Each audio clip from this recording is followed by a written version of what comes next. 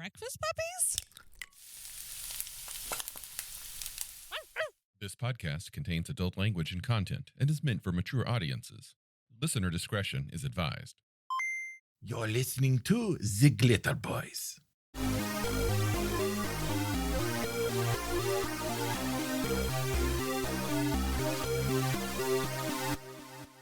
Spoiler warning. This episode contains major spoilers for the great novel science fiction epic Dune by Frank Herbert, and by extension, the movies and stories. God, it's been 40 years, NPC. Come on, do we really need a spoiler warning on that? If these are stories that you yourself have not digested but are thinking of doing it soon, I recommend pausing this or saving this episode for later, reading the books, watching the movies, however you wish to consume them, then come back. We'll be waiting for you. Hey, NPC. Hello. So you know that conversation that was going on kind of yesterday and this morning in our Discord? Yeah. Breakfast Puppies? Yeah. Breakfastpuppies.com/Discord if you would like to join. Are you talking about the dance party conversation? Not the dance party. About that one. I'm really excited about that. People are bringing their A-game memes. I want more memes and emojis and GIFs. So join us and bring your best. Mm-hmm. Try not to copy one someone's already posted, but join the dance party. You want to keep it fresh. We want to keep it fresh. But no, we were talking... I think it originally started in our video game conversation. I believe so. Regarding Dune. Mm-hmm. And the thought occurred to me this morning, actually, about could you run Dune in Palladium? Mm-hmm. And so I'd love to hear your thoughts about it. I have some thoughts as well. Well, I believe you can run anything in Palladium because, again, unleash your imagination. It's the system. Ultimately, it's very simple. You have a set of stats. You have a D20 roll high combat system. You have a D percentage roll low skill system. And there's nothing else. There's nothing else really that complex about it. A lot of people get bogged down in some of the stacking numbers. But most of that happens during character creation. I would say that... Dear listener, if you've made it this far, you probably agree, but Palladium has a very drawn-out character creation simply because of all the numbers and calculations that you're doing. But once you're past that point, it's just like, okay, let's go. We move. It just moves along. I think Dune, it could work. Yeah. I mean, some of you may know, I'm a fan. Yeah, we're both of us are major fans of the Dune universe. Especially the original books. Especially. Yeah. And, I have a soft spot in my heart for pretty much every single bit of media that's come, including the Lynch movie. Oh, I love the Lynch sci-fi network series, the new movies. Although I haven't seen the most recent one yet. Yeah. Yeah. Cinematography is awesome. But, I think Palladium is potentially one of the best possible systems for Dune. Why is that? Couple reasons. First of all, compared to a lot of gaming systems out there, so let's break it down. You're dealing with Dune. It's inherently a game more about it's inherently a novel series, more about the world and the interactions of people rather than the minutia of technology. Yes, and folks, if you are not aware of what we're talking about, we are referring to the book Dune by Frank Herbert. And at least the first 4 or 5 sequels to that book. 3 to 5 sequels, depending upon who you talk to. Yeah. So if you try to adapt it to a system that leans into gun fondling and mods to your weapons and stuff, it loses something because a Mala pistol is a Mala pistol is a Mala pistol, no matter where in the universe you are. A laser pistol or a laser rifle is the same. So that means we're not going to be taking, say, the Shadowrun Exactly. rules for Dune. Right. Okay. So that's the upside. Also, what some people would consider primitive weapons, swords, knives, pikes, thrown weapons, are all super common in the setting. Mm-hmm. And Palladium has a rule set for that, as well as a rule set for everything from a slug thrower through an energy weapon. And it works rather well in one combat together, which not all systems do well. Okay. So you have that. Plus, you have a system that has almost every single skill you could need for the Dune setting. Okay. I can totally see that. Yeah. Yeah. The weapon proficiency setting helps differentiate a Fremen from a Sardaukar, Mm-hmm. from a House Carino noble to just about anything. I also fully agree that Palladium's ethos of anybody can be in a party with anybody else would 100% enable playing something in the Dune setting that at least follows the template set in the first 6 books. Exactly. And so with minimal adaptation, Mm-hmm. I think you can run Dune out of the box with the Palladium rule set. Okay. There's a couple small tweaks you got to do. Yeah. You got to figure out how to handle mentats. Okay. Yeah, it's not insurmountable by any means. I have some thoughts on how you could do it. Well, okay.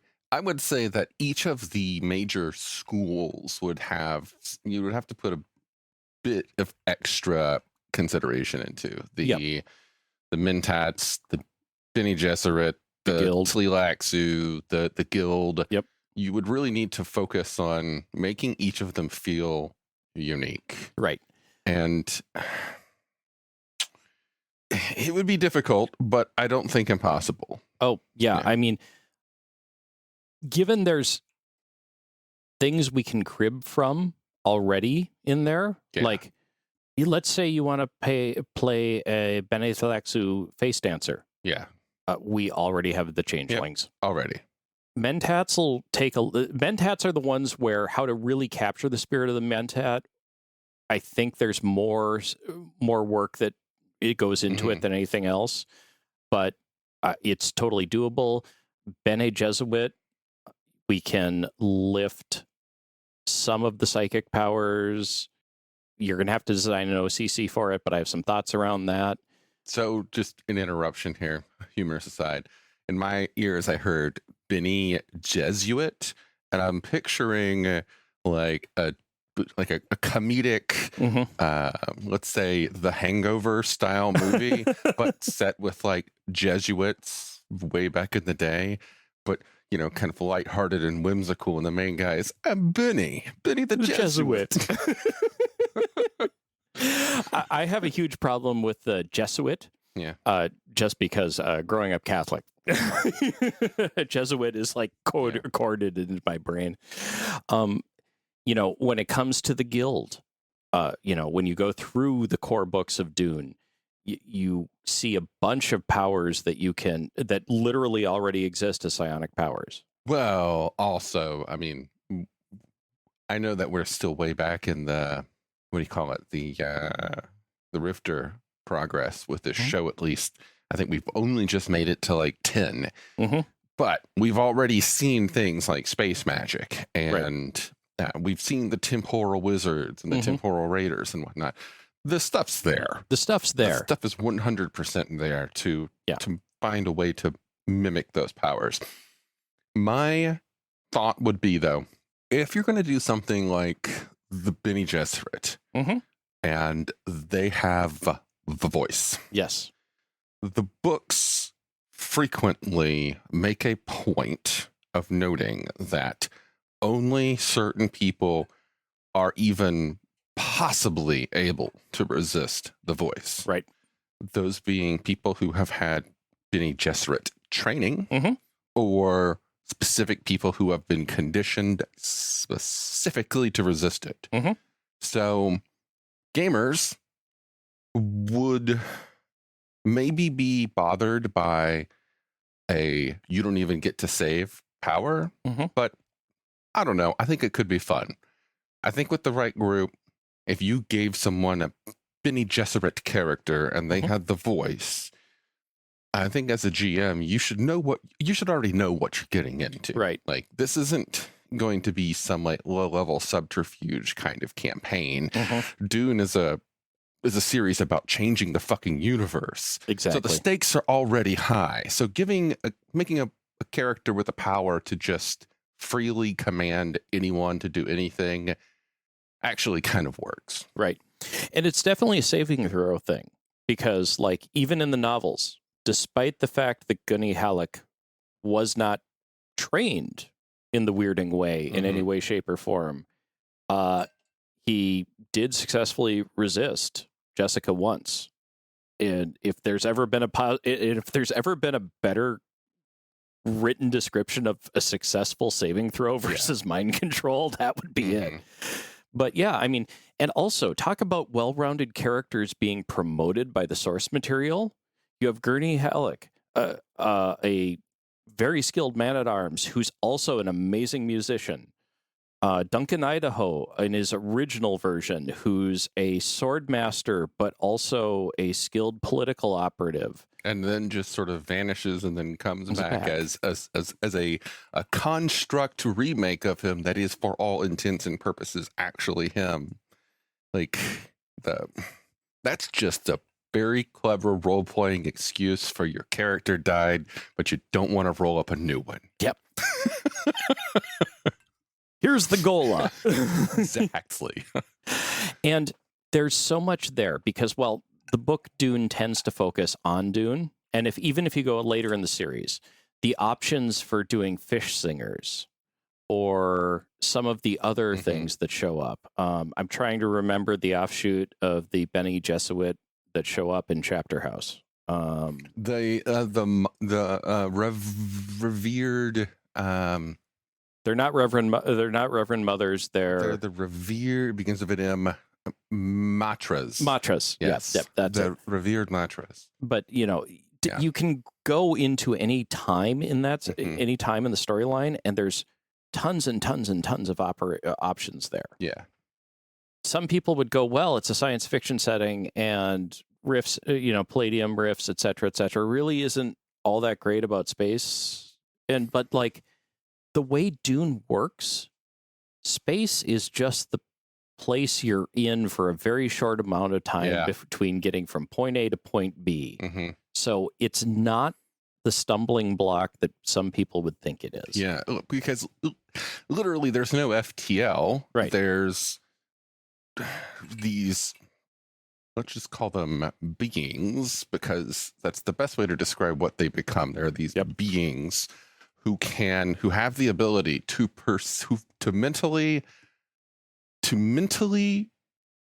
break their minds apart into two separate halves that are just connected by a strand, and on each hemisphere, oh my god, they can picture and hold in their mind two exact points in space, and then connect them like just with their brains. The folding space.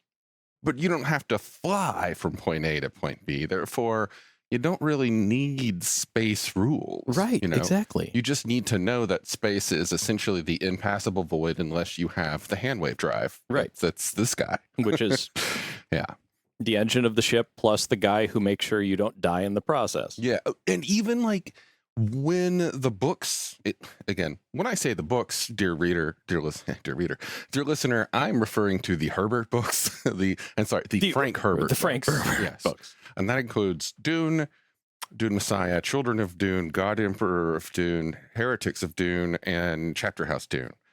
After that, he died. Yep. And everything after that, you should just forget it exists. It's just fan fiction.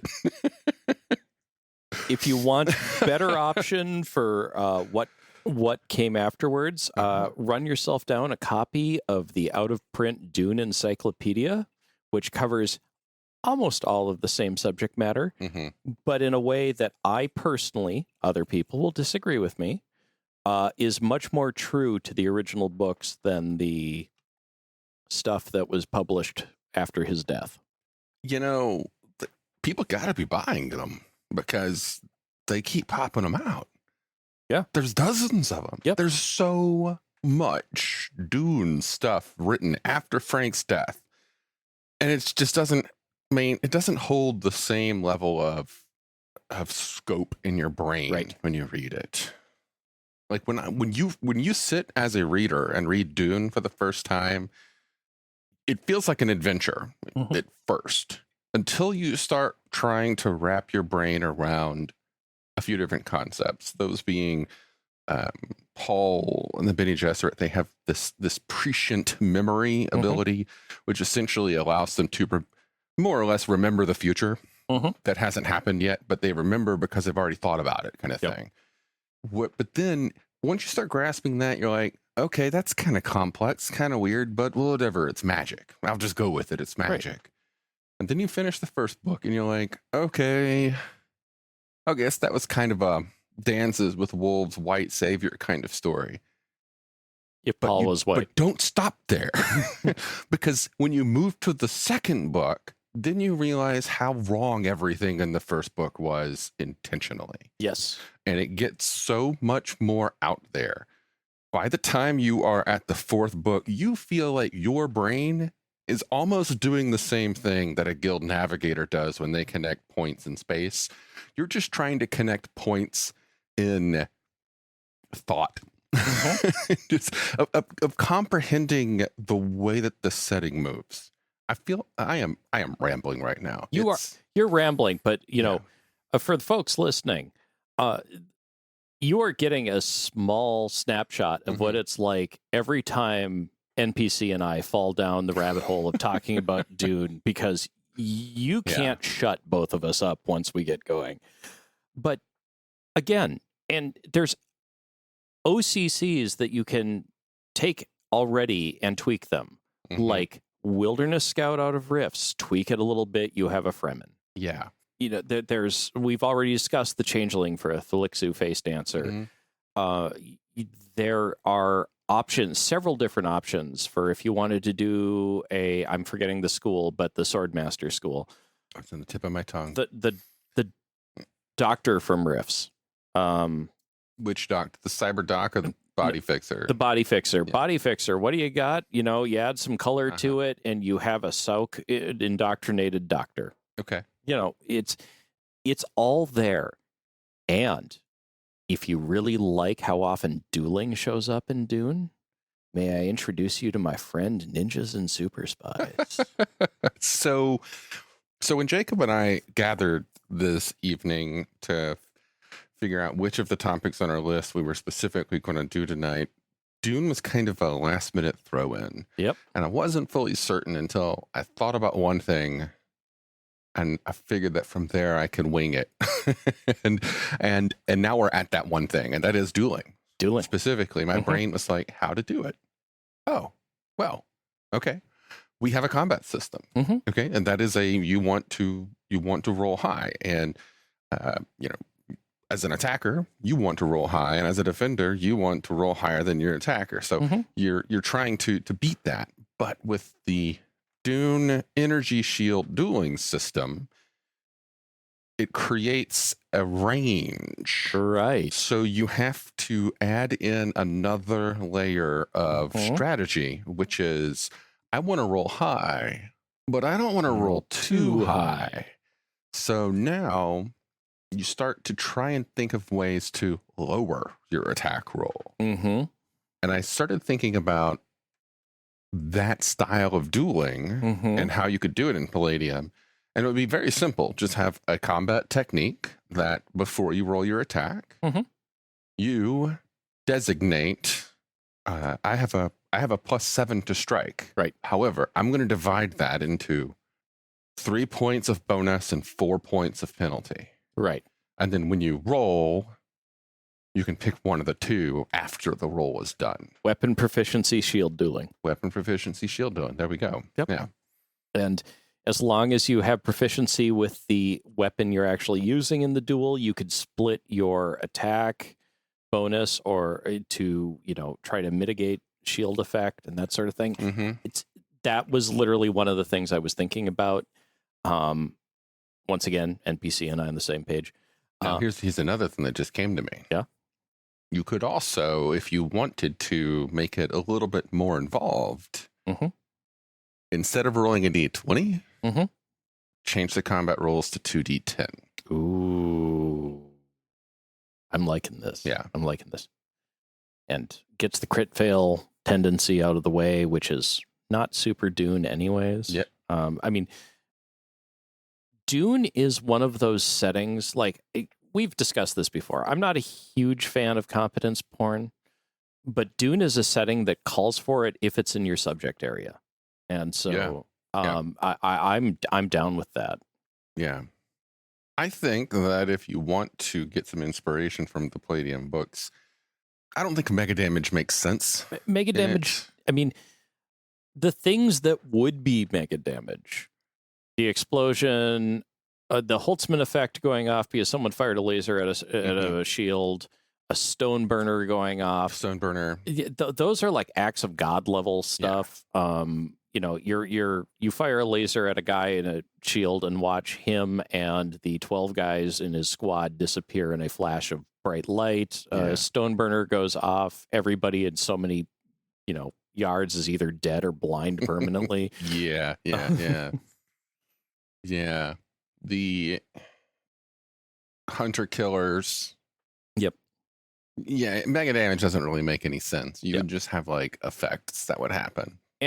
And while cybernetics, quote unquote, do appear to a limited extent in the game, the Gola, Duncan Eye, the Hose Eyes, some other things that show up, that's handled better by the SDC cybernetic systems to a large extent than the MDC cybernetics and bionics type things.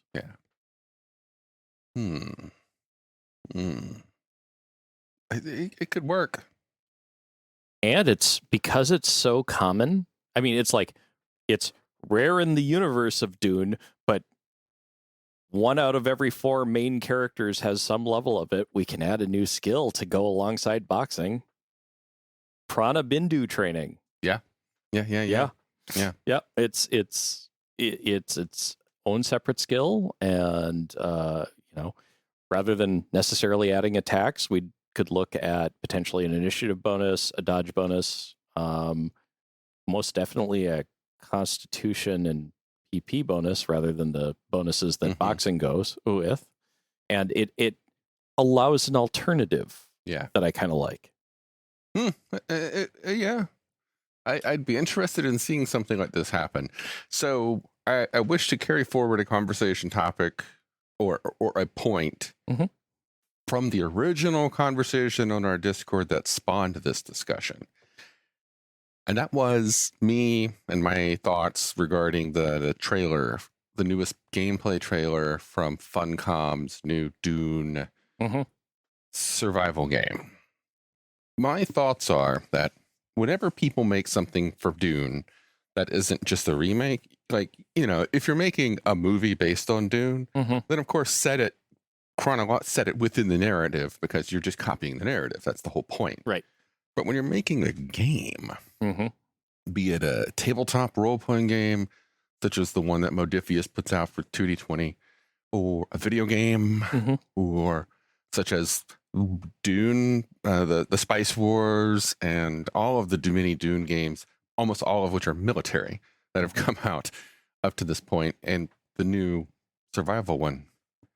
Everybody sets it in the same goddamn era. Yeah. They're like, well, it's like the first book is the only one that exists in all of these writers or creators' minds, despite the fact that hundreds of years pass in the first set of books. Yeah. By the second book alone, like, spoiler, the Fremen are no longer confined to Arrakis. The jihad has begun. Right. Paul rules everything. It's like, I mean, the jihad's basically over by the start of the second book. Pretty much, yeah. Right. Like, so much event happens that I feel if you're going to set something in Dune, open your horizons. and consider looking at the later stories. Exactly. I think there's tons to be farmed of the Jihad period itself, the period between book 1 and book 2. Oh, yeah. I think that the Empire Stagnant period, which is when Leto takes the throne, has a ton of options. And oh my God, I mean, I know not everybody likes Chapter House Dune, but when the Honored Matres come roaring back from unknown space and like upsetting the apple cart, and you have families from the refugee worlds pouring back in because the Honored Matres are kicking over their safe zones, that is wide open. Yeah. And so there's tons and tons of stuff. And there's tons of time that happens too, like from the end of book 4 to book 5 and 6. There is a great, again, it's like, you know how the Jihad more or less happens off camera and has done its thing by the time we even get to the second book. The diaspora happens. All of these, oh yeah, here we go. Fine point. Spaceships? There are no spaceships. There are no ships. Right. They are very specifically called NO-ships. Yes. No ships. They don't fly. They just go poof, poof. Poof, poof. I mean, yeah, it's so all of these no ships have left, and all of these people have spread to the great beyond. There's so much more to work with there.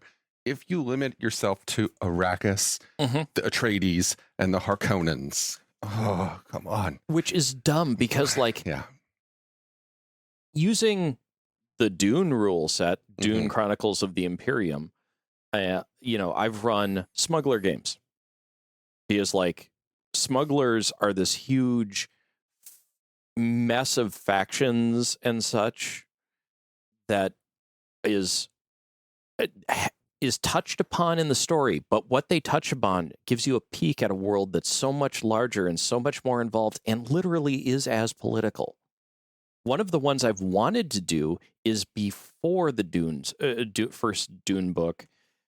Do you remember the exiled, ostracized Fremen that Leto runs into? Liet Kynes. Yes. Yeah. The no. planetologist? No, not the planetologist. I'm talking about the group of Fremen who were cast out. Oh, that Leto runs. Yes. Yeah. Okay. Set during the point where they basically told the rest of Fremenkind to get bent, and the rest of Fremenkind said that you are a bane on our existence. I think that period on an Arrakis story would be amazing.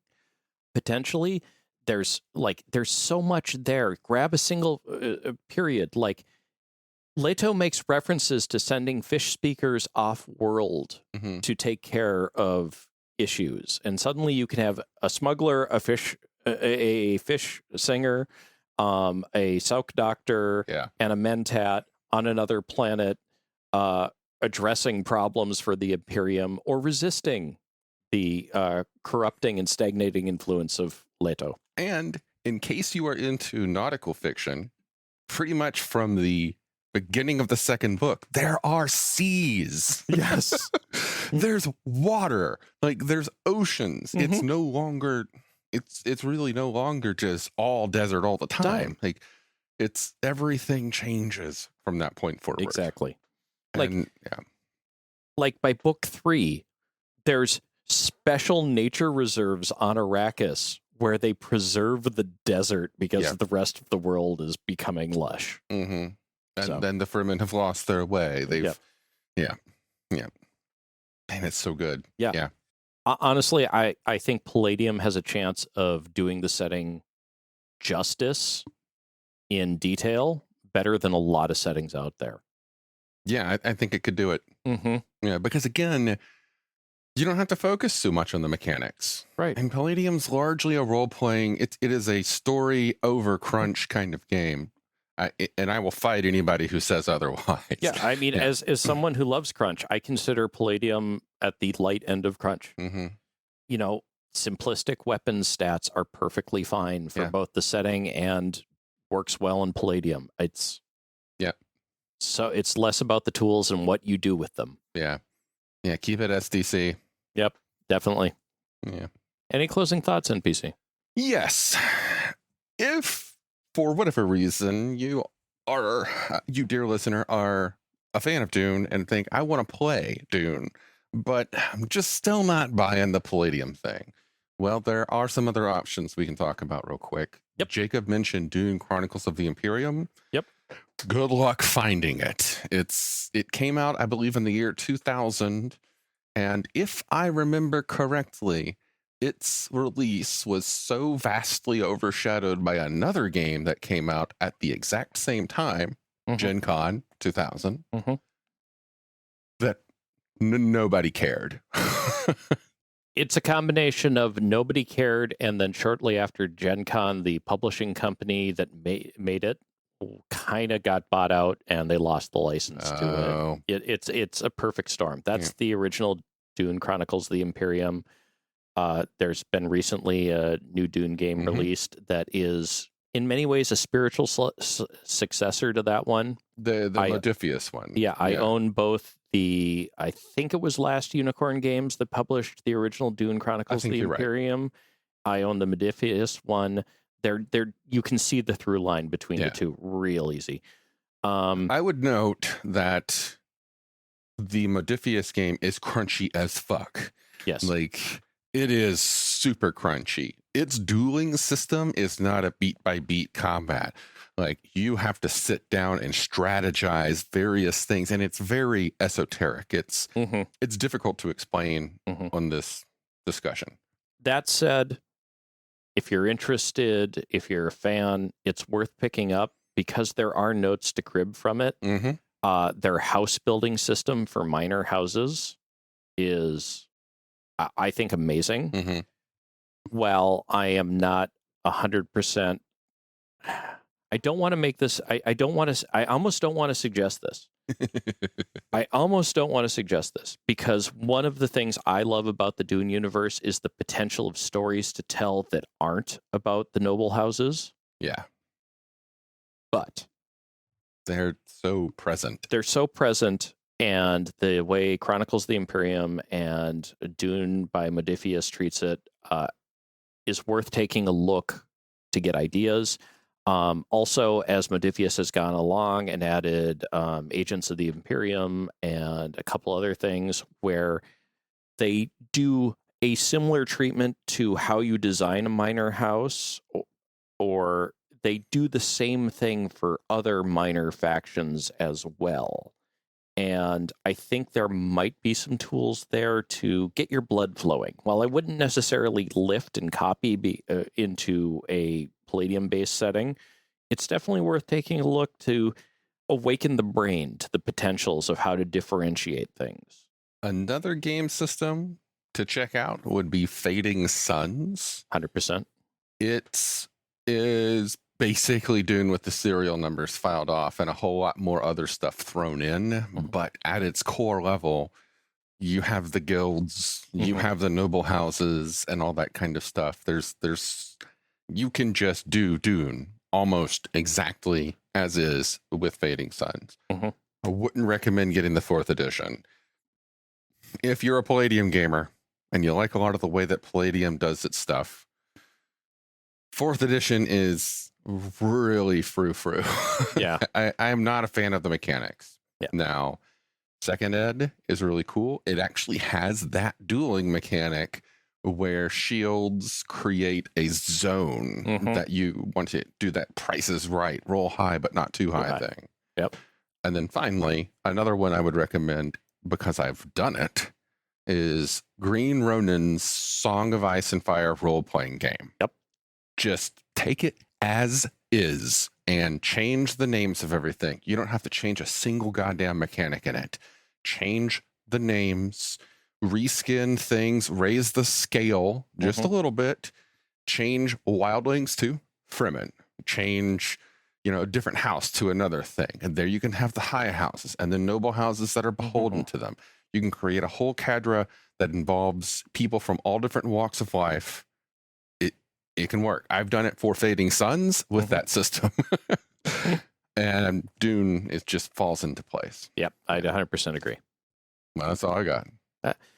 Well, we covered a topic that literally occurred to us today that is on a subject that both NPC and I are a little bit rabid about.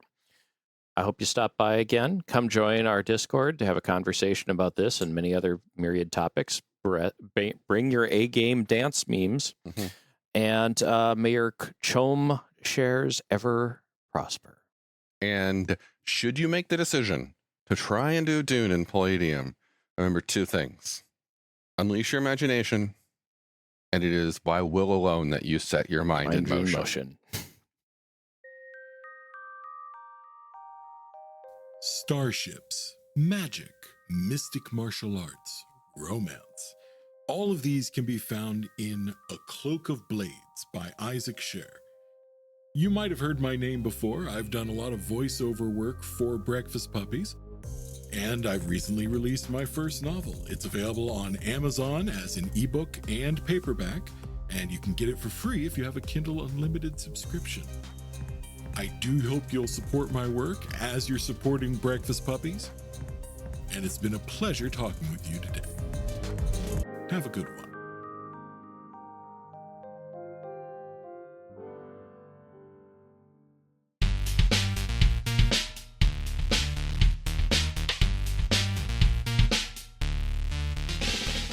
You've been listening to The Glitterbois, a Palladium Books fan podcast. Glitterbois, Rifts, the Megaverse, and all other such topics are the property of Kevin Siembieda and Palladium Books. Please buy all their stuff and help keep them in print and making more games. You can order directly at palladiumbooks.com, and their entire catalog is available digitally at Drive-Thru RPG as well. Our opening music is 8-Bit Bass and Lead by Furby Guy from freesound.org. This closing music is Caravana by Philip Gross, available at freemusicarchive.org. All sound effects used are self-made or acquired via Creative Commons Zero license. If you like what you have heard, find us on Twitter and Facebook as The Glitterbois. That's BOIS. And check us out online at breakfastpuppies.com/glitterboys. And also join us on the Breakfast Puppies Network Discord at breakfastpuppies.com/discord. And if you want to help us out, please spread the word and help us build a community. Thanks again for listening. We'll catch you next time.